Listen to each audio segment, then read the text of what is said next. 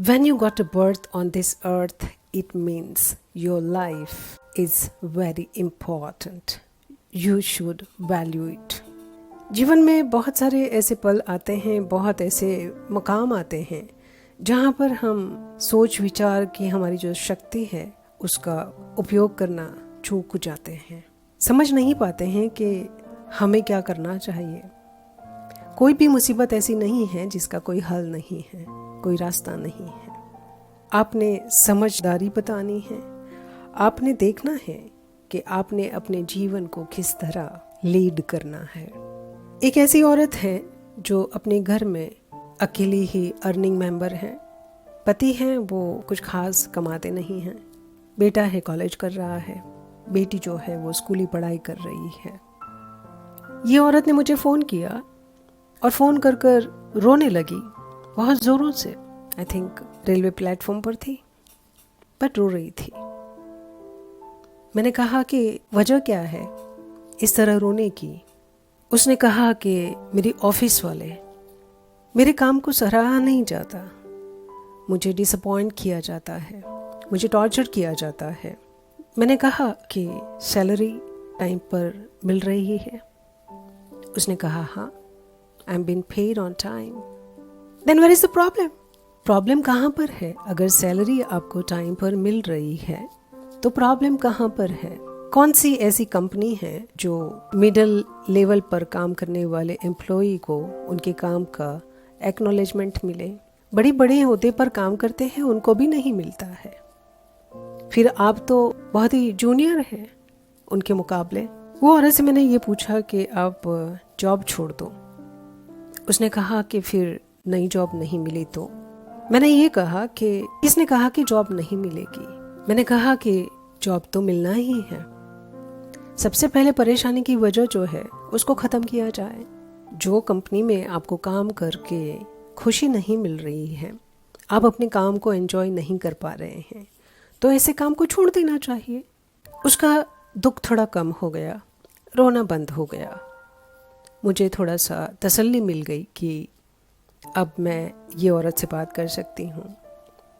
और फिर उसको समझाया मैंने कि पहले जॉब छोड़ दो, आप 3-4 महीना तो बिना जॉब के चला सकती हो। उसने कहा हाँ। फिर प्रॉब्लम कहाँ पर है? Where is the problem?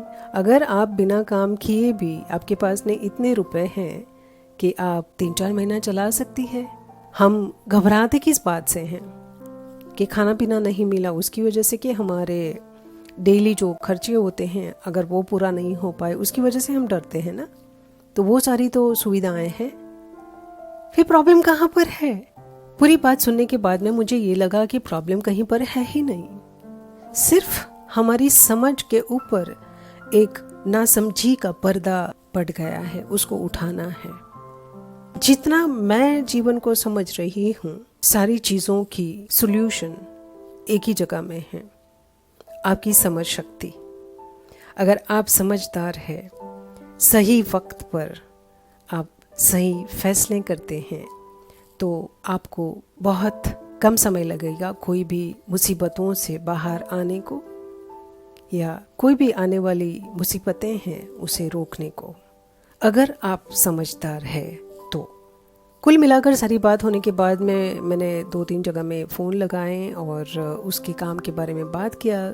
थोड़ी तसल्ली भी हो गई कि काम मिलना बहुत ही आसान है और ज़्यादा परेशान होने की ज़रूरत नहीं है। मैंने उसे कहा कि आप जॉब छोड़ दें, थोड़े दिन अपने आप को ठीक कर लें, आपकी सोच पर जो धूल जम गई है उसे हटा लें और उसके बाद में नए से सोचें कि अब क्या करना है। हमने अपने मन पर पड़ी धूल को साफ करना है, अपनी समझ पर नासमझी की धूल पड़ी है उसे हटाना है। Develop your understanding. मैं हमेशा ये कहती हूँ कि समझदारी बढ़ाएं।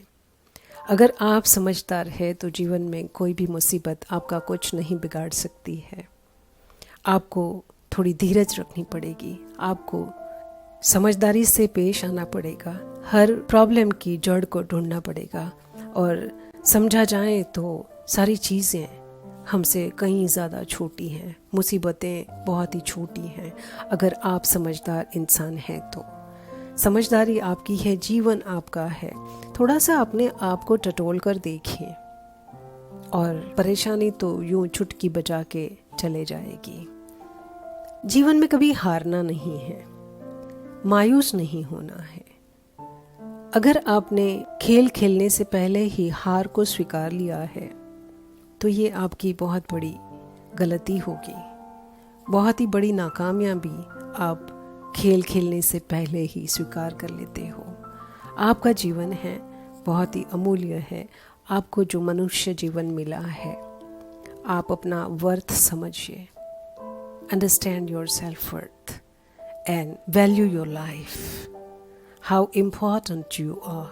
You have to understand that. Take care of yourself.